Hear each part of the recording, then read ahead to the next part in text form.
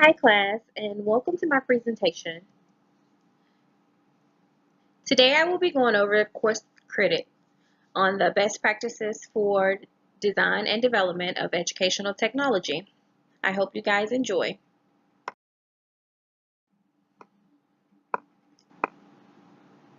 Rapid advancement in communication technology have had a significant impact on education. This has revolutionized the way people learn and access educational content. Online learning is the newest and most popular form of distant education today. To enjoy the benefits of online learning, it is imperative to understand what works well in online teaching.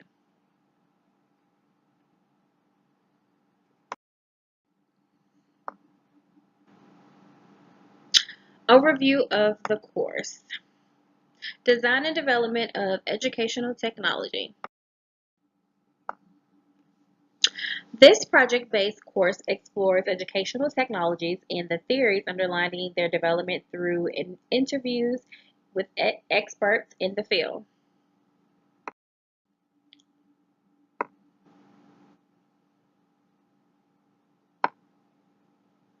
The relationship of technology to education is examined, including the role of the teacher, the theory and practice of instructional design.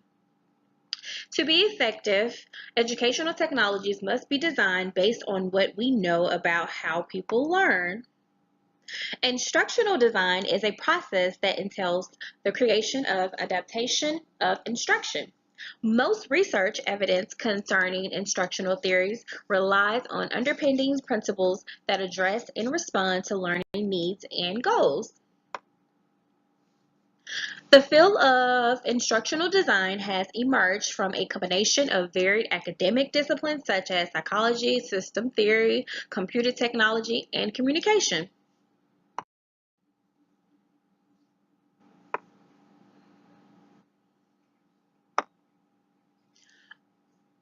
It is projected that e-learners understand the purpose and function of different information and technology, knowing how to troubleshoot and solve any technical difficulties that may arise. If the learner understands how systems operate, apart from getting the know-how to sort situations out, they will be more than likely able to implement emergent technologies that can harmonize with or improve their performance.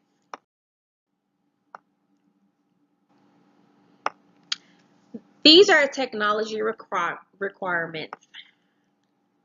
A processor definitely has to go fast. We know we need that in place. A 4 gig definitely have to have high-speed internet connections. A monitor is definitely required. A video card every so often depending on the course. A keyboard and a mouse. Speakers, headphones, and microphone. And definitely you need software, email, and graphical browser. Alrighty, getting to the nitty gritty. Best practices for design and development of educational technology. Woohoo! The first best practice is new structures and funding models. Use of leading edge technology in education often focuses on simple amplification of existing learning and teaching activities.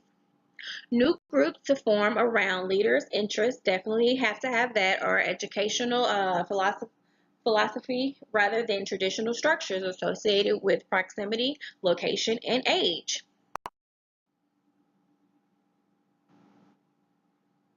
Best practice number 2, facilitates equipment and supplies.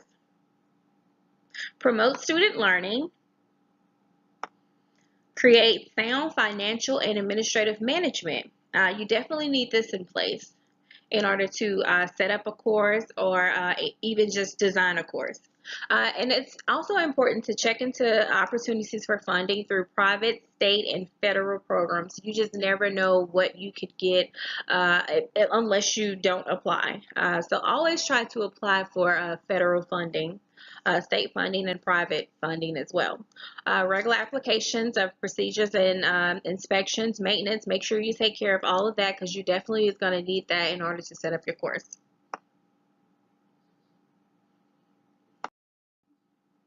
Best practice, the third one, sorry, it says two, but it's actually three, curriculum development. Yay, curriculum development. I know a lot of people, have to create their own curriculum, but it's also important to just know what your students are interested in and what you're interested in, because you're not wanting to teach something that you're not really interested in. You just don't want it to be boring. Curriculum and instructions, best practices are based on well-developed performance-based learning objectives and authentic assessments. That's very important.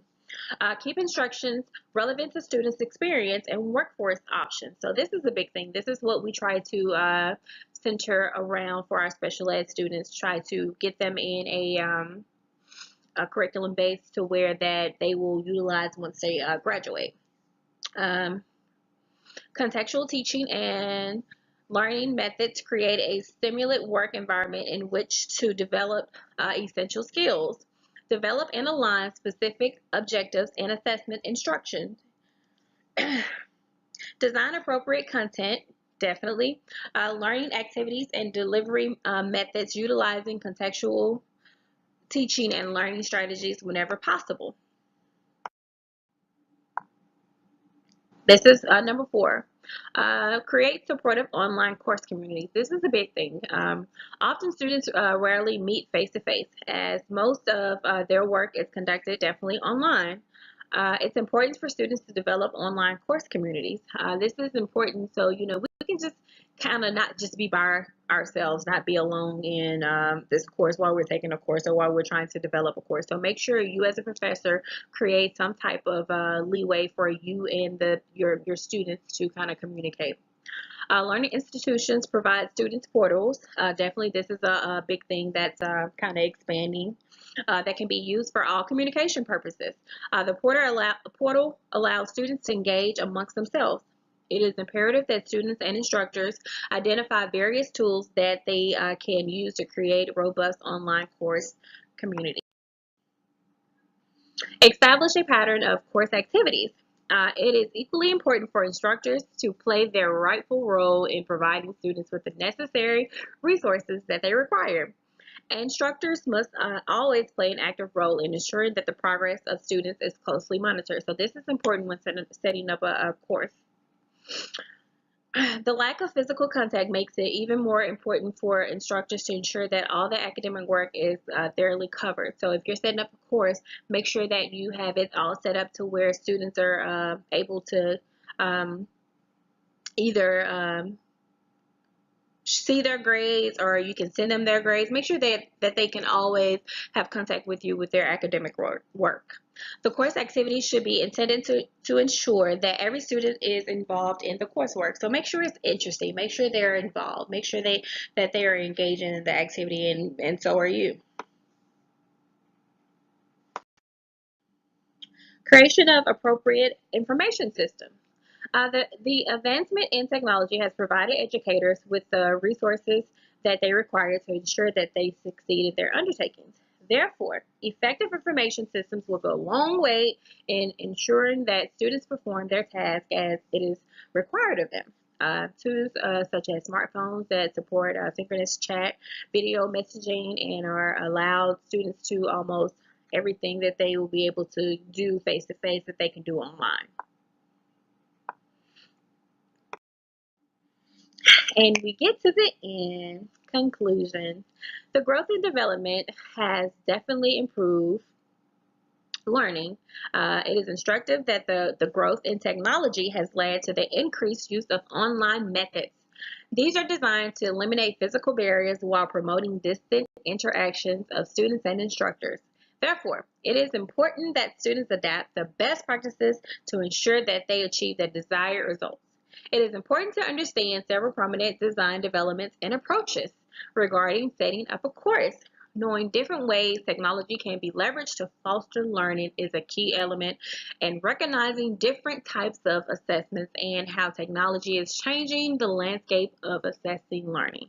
In the long run, it helps to ensure that students are armed with the necessary information that they are required to have.